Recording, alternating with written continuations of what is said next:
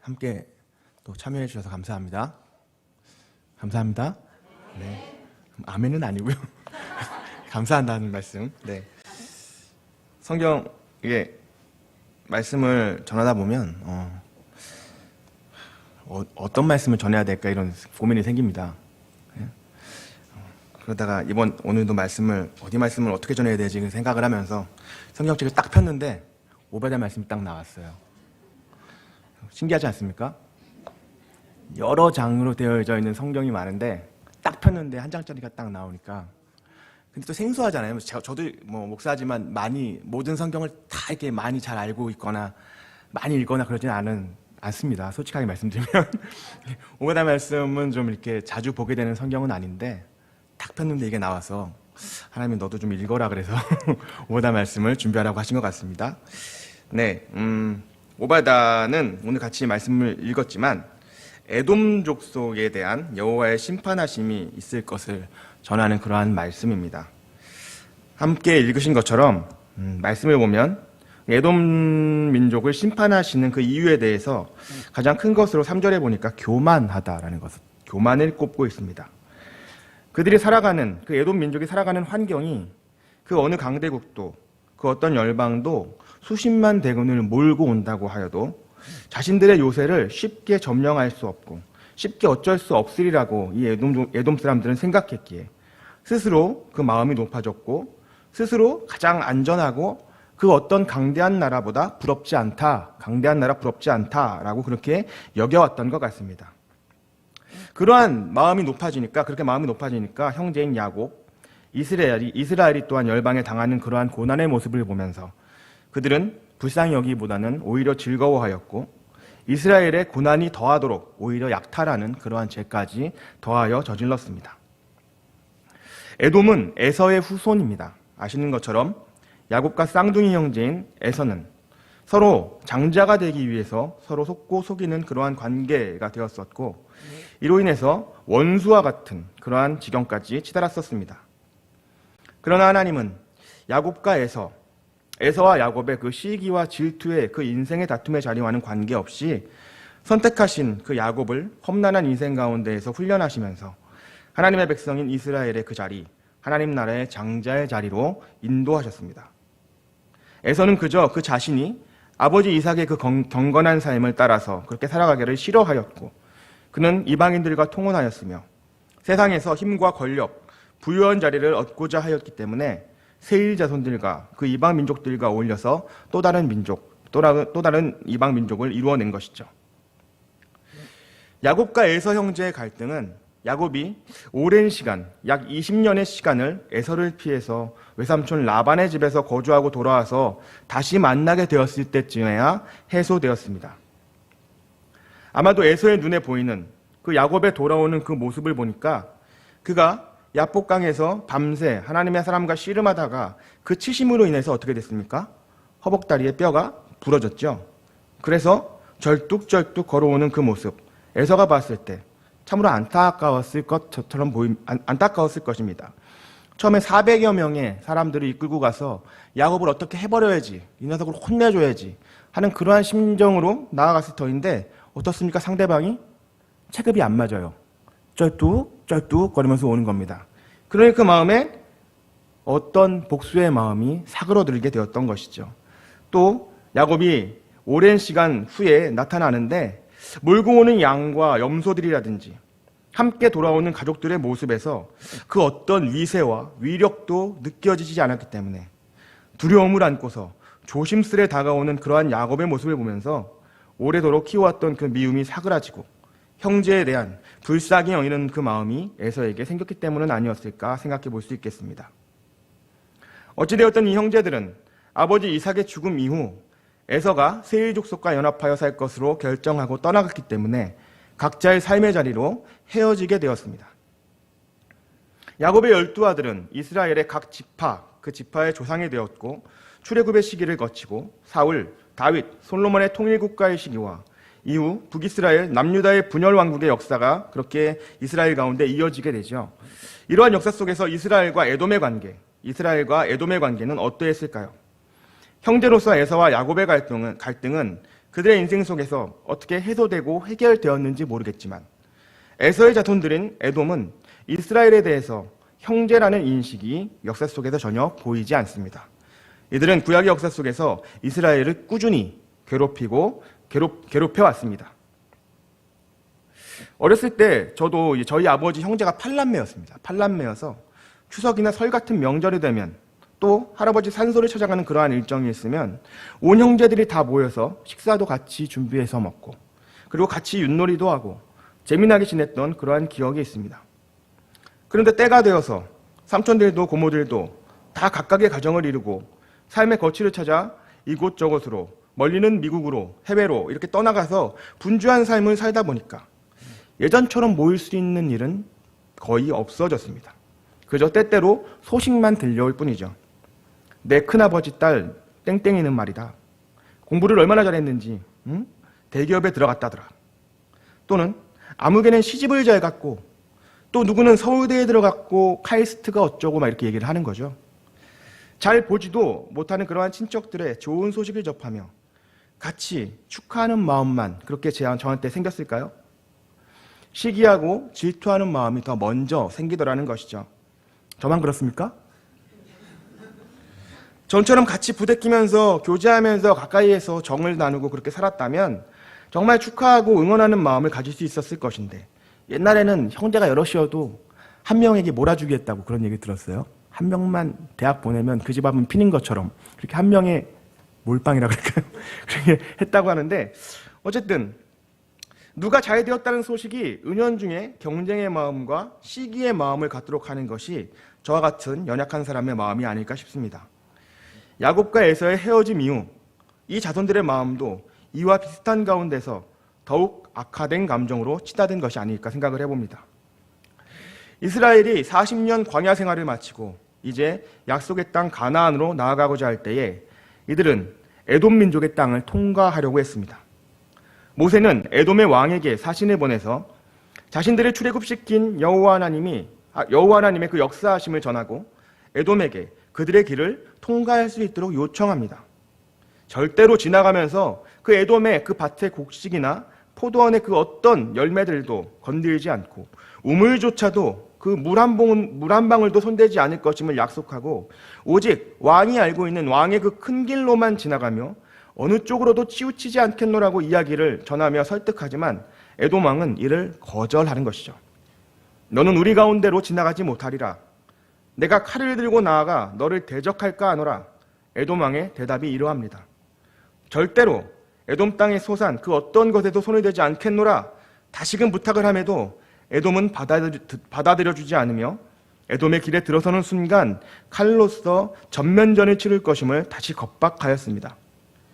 야곱과 에서의 하나님, 여호와 하나님이 이스라엘을 인도하셨음을 그렇게 드러내고 부탁을 하였음에도 불구하고 에돔은 이미 오래전에 여호와의 이름을 잊어버린 것입니다.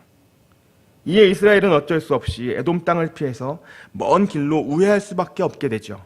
민수기 20장에서 보여지는 그러한 말씀들입니다.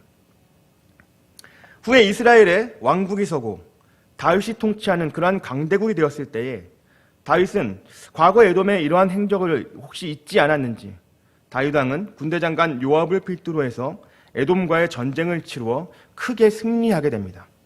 그리고 또한 에돔 지역에 이스라엘 수비대를 설치하여서 왕족들을 비롯한 수많은 남자들을 죽임으로 거의 에돔을 회파하였었습니다.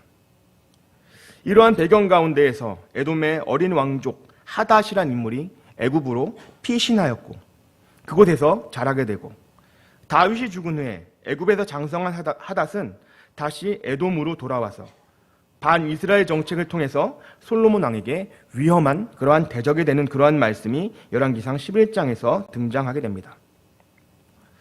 계속해서 이스라엘과 에돔 사이에는 갈등이 멈추지 않았습니다. 바벨론 제국에 의해서 유다가 멸망을 당할 때에도 에돔인들은 바벨론의 편에 가담하였고 예루살렘 성벽을 회파하는 일에 적극적으로 그들의 힘을 보태었습니다. 이러한 행위들이 유다 백성들에게는 얼마나 가슴에 맺히는 원한이 되었는지 시편 137편은 이러한 때를 노래한 슬픈 시인데 유대인들의 슬픔과 한이 어떠한지를 드러내고 있습니다. 제가 한번 읽어드리겠습니다. 우리가 바벨론의 여러 강변 거기서 앉아서 시온을 기억하며 울었도다. 그 중에 버드나무에 우리가 우리의 수금을 걸었나니 이는 우리를 사로잡은 자가 거기서 우리에게 노래를 청하며 우리를 황폐하게 한 자가 기쁨을 청하고 자기들을 위하여 시온의 노래 중 하나를 노래하라 함이로다. 우리가 이방 땅에서 어찌 여호와의 노래를 부를까? 예루살렘아, 내가 너를 잊을진대 내 오른손이 그의 재주를 잊을지로다. 내가 예루살렘을 기억하지 아니하거나 내가 가장 즐거워하는 것보다 더 즐거워하지 아니할진대 내 혀가 내 입천장에 붙을지로다. 여호와여, 예루살렘이 멸망하던 날을 기억하시고 에돔 자손을 치소서. 그들의 말이 헐어버리라 헐어버리라 그 기초까지 헐어버리라 하였나이다. 멸망할 딸 바벨로나, 내가 우리에게 행한 대로 내게 갚는 자가 복이 있으리로다. 내 어린 것들을 바위에 메어치는 자는 복이 있으리로다. 이러한 시편의 말씀인데요. 바벨론 포로로 끌려가서 어느 강가, 에스겔 1장 3절을 배경으로 한다면 그발 강가에서 이스라엘, 유다 땅의 방향으로 눈물을 흘리고 탄식하면서 부르는 그러한 노래이겠죠. 이 탄식, 그 슬픔 속에 7절의 말씀, 에돔 자손을 치소서, 헐어버리라 헐어버리라 그 기초까지 헐어버리라 라고 그렇게 에돔을 향한 저주의 가사를 담고 있는 것을 볼 때에 이들의 역사 속에서 끝까지 반목하고 미워하고 있음을 보게 됩니다. 물론 오바다 선지자의 그 활동하던 시기는 바벨론 포로 시기보다 앞선 때입니다. 유다 왕 여호람이 통치하던 때로서 이 당시까지 에돔은 유다에 조공을 바치다가 배신을 하게 됩니다. 유다의 손에서 벗어나 자신들의 왕을 다시 세웠기에 여호람은 모든 병거를 거느리고 치러갔고 밤에 유다를 둘러싼 에돔 사람과 병거의 장관들과 그렇게 전쟁을 벌였지만 유다는 이들은 능히 쳐서 이겨내지 못하고 도망하여서 각기 그들의 장막으로 돌아갔다. 그렇게 열왕기하 8장 21절에서 전하고 있으며 그 이후로부터 에돔은 다윗의 때에 그렇게 조공을 바치기 시작했던 그 에돔은 유다의 수하에서 벗어나게 되는 것이죠. 구약과 신약의 사이를 신구약 중간기, 진구약 중간사라고 말씀합니다. 구약의 마지막 건 말라기와 신약의 마태복음 사이의 시간이 약 400년 정도의 시간이 비어 있는데요. 구약 성경은 어디까지가 배경인가요? 페르시아 고레스 왕을 지나서 에스라 느헤미야 시대에 그 아닥사스다라는 황제가 나옵니다. 점점 졸리시죠? 네. 빨리 이렇게 하다 보니까 이게요. 오바다가 하다 보니까 자꾸 건드려질 때가 자꾸 생겨가지고 저도 조금 괴로웠습니다. 그렇지만 좀 괴롭지만 좀만 들어주세요. 네. 페르시아 고레스 왕을 지나서 에스라 느헤미야 시대의 아닥사스다 황제, 에스더서의 아하수에로 황제 때의 시간까지를 구약에서 다루고 있습니다. 바벨론을 멸망시킨 페르시아 제국이 근동의 패권을 차지하고 있을 때입니다. 이후 신약에 들어오면 페르시아의 흔적은 없어지고 갑자기 어느 시대가 돼요? 로마 제국의 시대로 바뀌어 있습니다. 그렇습니다. 그 신구약 중간기 400년의 시간 동안에 이 페르시아도 이미 헬라 제국한테 무너졌고 이 헬라 제국도 다 지나간 이유가 어떤 시대예요? 신약으로 들어가는 시대라는 것입니다. 신구약 중간기에 바벨론에 유다가 멸망하고 또 페르시아에 의해 바벨론이 멸망했습니다. 알렉산더의 헬라 제국이 유럽과 근동 지역의 지배자가 되었고 이후에는 알렉산더 대왕이 죽고 제국의 4명의 수하 장군들에게 알렉산더 대왕의 4명의 수하 장군들에게 그 넓은 헬라 제국을 분할해서 다스리게 그렇게 통치하게 하였습니다. 그러한 배경에서 이 유대는 시리아 지역과 그리고 애굽 지역의 사이에 껴서 항상 정치적으로 고단한 시절을 보내고 있었습니다. 괜찮으시죠? 그렇게 보내고 있었습니다. 지금처럼 고단한 시절을 보내고 있었습니다. 이 악명, 그런데 그때 안티오쿠스 4세라고 불리는 시리아 지역을 통치하는 폭군이 등장을 하여서 더욱 그 괴로움이 커졌습니다.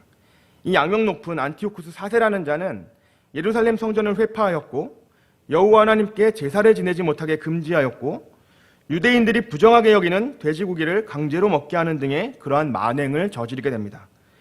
결국 레위 지파에서 마카비라고 이름하는 제사장 가문을 중심으로 이 안티오쿠스 4세의 폭정에서 벗어나기 위해서 이스라엘이 독립전쟁을 벌이게 됩니다. 독립에 어떻게 됐을까요? 성공했을까요? 네, 성공했습니다. 성공해서 이 마카비 가문을 통해서 마지막 유대의 왕국인 하스모니안 왕조라고 불리우는 왕조가 성립됩니다. 이들이 다시 성전을 정비하고 대제사장을 세우며 이스라엘을 하나님의 나라로 회복시키고자 힘썼습니다. 그런데 이러한 와중에 유대인이 아닌 간교한 자가 이 유대 왕국의 왕권을 찬탈합니다. 안티파터라는 인물인데요. 이 사람이 누구냐면 우리가 복음서에서 보게 되는 헤롯왕의 아버지입니다. 이 자가 어디 출신이냐면 에돔 출신입니다. 예수님이 이 땅에 오셨을 때 이를 반대하여 베들레헴의 2살 이하의 아기들을 죽이라고 명령한 자가 바로 헤롯인데 그의 출신이 어디라고요? 에돔 출신이라는 것입니다. 영적인 하나님 나라의 대적자의 위치에 있는 헤롯이 또한 이스라엘과 에돔의 그 반목을 극대화하고 있는 것이죠. 성경에서 이러한 에돔의 위치를 우리가 좀 알고 오바댜의 말씀을 읽고 묵상한다면 더 깊이 이해할 수 있다고 생각돼서 나누었는데 더 어려워진 것 같은 표정들이 보이긴 합니다. 그래도 최대한 간단하게 나눈 것입니다. 1절부터 9절의 말씀, 오바댜의 말씀을 보면 에돔이 심판당하는 이유에 대해서 그들이 교만함 때문이다라고 말씀합니다. 에돔이 교만해진 이유는 그들이 거주하는 곳이 그 어떤 나라도 쉬이 쳐들어올 수 없는 요새이기 때문이라고 아까 말씀을 드렸죠. 그들은 바위에 거주하고 높은 곳에 살고 있다고 합니다. 오늘날도 그 유적이 남아있는 요르단의 그 페트라 유적이 남아있는 곳이 에돔의 근거지입니다. 이곳에 도달하기 위해서는 좁고 긴 협곡을 통과해야 되기 때문에 아무리 큰 수많은 대군이 몰려온다고 해도 한꺼번에 그 지역으로 도달할 수가 없기 때문에 점령이 어려웠다는 것입니다. 게다가 절벽이 바위를 파내어서 그들이 머물렀고 척후병을 세우고 오늘날 CCTV와 같이 그렇게 빛을 감시하고 있었기 때문에 은밀하게 접근하는 것조차도 힘든 그러한 요새를 만들어 놨다는 것이죠. 그러하니 이들의 마음은 3절의 하반부처럼 누가 능히 나를 땅에 끌어내리겠느냐라는 교만한 마음이 생겼던 것입니다. 그렇게 높아진 마음이 스스로를 또한 속이게 되었다고 합니다. 아무도 자신들을 공략할 수 없고 아무도 자신들을 이길 수 없다는 높아진 마음, 그 교만이 하나님이 하실 수 있는 심판조차도 무시하고 있기에 스스로를 속이고 있다라고 말씀하는 것입니다. 4절의 말씀입니다. 내가 독수리처럼 높이 오르며 별 사이에 깃들일지라도 내가 거기에서 너를 끌어내리라. 절벽이 아니라 하늘 위의 독수리라도, 아니 그 거처가 별 사이에 그들이 있다고 하여도 하나님은 가장 낮은 곳으로 에돔을 끌어내어 심판하실 수 있다라고 말씀하시는 것입니다. 그 심판의 정도가 예상할 만한 어느 정도의 선에서 끝나지 않을 것이고 완전히 쓸어버린 포도원, 그 어느 것도 남아있지 않은 폐허가 된 포도원과 같이 완전히 수탈되어지는 심판이 될 것이다 라고 말씀합니다. 그러한 심판을 본 열방의 세상 사람들이 놀라게 됩니다. 6절의 말씀처럼 어떻게 에서가 그렇게 수탈되어 멸망할 수 있는가? 어찌 그 높은 지경에서 요새에서 보호받으며 부유함을 누리던 자들이 그 흔적을 찾을 길 없이 빼앗길 수 있는가? 그렇게 놀라고 그제서야 여호와 하나님의 심판에 그 무서움을 깨달아 알게 될 것이다 라고 전합니다. 에돔은 역사적으로도 바벨론에게 결국 멸망당했습니다. 유다를 때리는 그 바벨론에 합류하여서 더 가학적으로 아프게 유다를 모멸하고 약탈했던 그 에돔, 그러한 에돔도 결국에는 바벨론 상인들이 상거래를 목적으로 그렇게 에돔의 그 요새를 왕래하면서 그 요새의 비밀 통로들을 알아내었고 그것이 유출되어서 결국 바벨론에게 멸망당하였다라고 말씀합니다. 7절의 말씀, 너와 약조한 모든 자들이 다 너를 쫓아 변경에 이르게 하며 너와 화목하던 자들이 너를 속여 이기며 내 먹을 것을 먹는 자들이 내 아래에 함정을 파니 내 마음에 지각이 없음이로다 하는 그 말씀이 성취된 것이죠. 10절에부터 14절의 말씀은 에돔이 멸망당한 또 다른 이유에 대해서 형제 야곱, 이스라엘에게 행한 포악으로 말미암은 것이다 라고 말씀하고 있습니다. 이 부분은 앞서 야곱과 에서로부터 이어진 이들의 갈등을 통해서 나누었습니다. 형제가 당하는 그 재난, 그 재앙에 방관한 것, 오히려 기뻐한 것, 이를 기회로 약탈에 나서서 빼앗은 것에 대해서 하나님은 에돔을 정죄하고 반드시 심판하실 것이다 라고 말씀하는 것이죠. 그리고 이어지는 17절 이후의 말씀에서는 이스라엘을 회복시키실 것을 말씀하고 있습니다. 시온에서 하나님의 통치하심을 통해 야곱, 요셉 족속은 불이 될 것이고 에서 족속은 지푸라기가 될 것이다 라고 말씀합니다. 짧은 오바댜의 말씀이지만 말씀 가운데 분명한 하나님의 섭리하심이 드러납니다.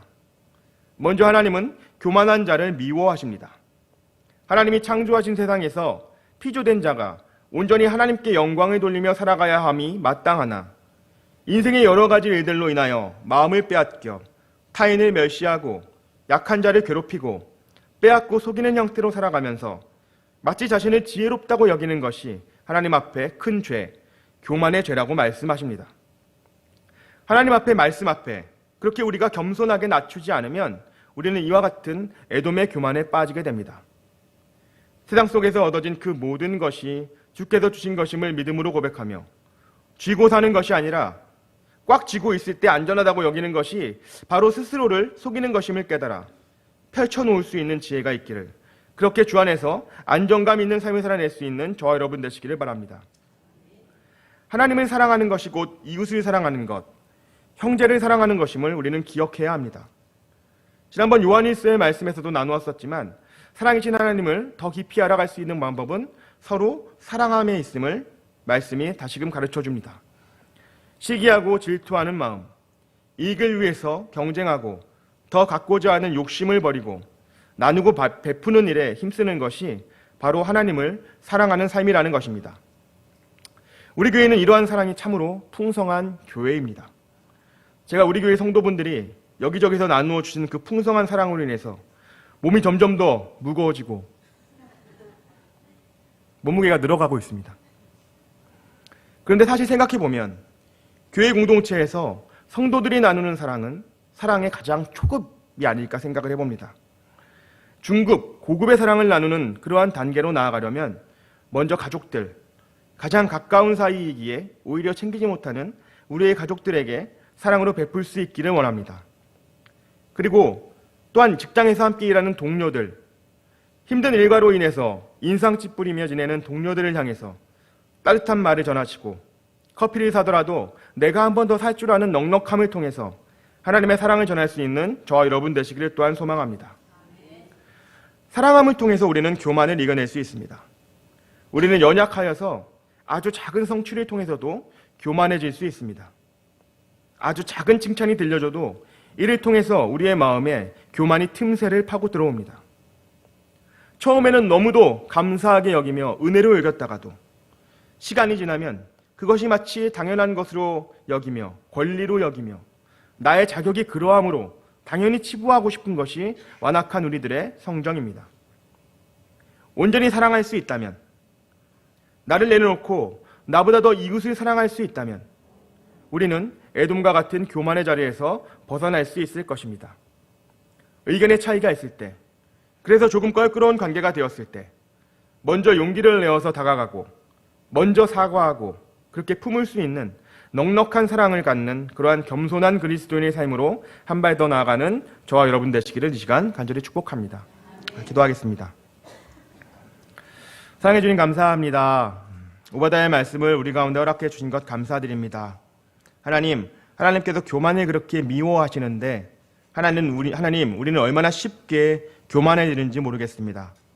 아주 작은 일로 크게 기뻐하고 또 아주 작은 일로 크게 낙심하기 쉬운 우리들의 연약한 성정을 주님 용서하여 주시고 하나님이 함께 하시며 하나님이 인도하시는 그 모든 삶 가운데에서 오직 주님께만 영광을 돌리며 하나님이 기뻐하시는 그것, 이웃을 위해서 사랑으로 교제하고 사랑으로 베푸는 그것만이 아버지께서 기뻐 받으시는 귀한 삶의 예배가 됨을 다시금 이 시간 깨달으며 그렇게 주님 기뻐하시는 삶을 살겠노라고 결단하는 우리 모든 성도들 될 수 있도록 축복하여 주시옵소서. 함께 하실 주님께 감사드리오며 거룩하신 예수님의 이름으로 기도드립니다. 아멘.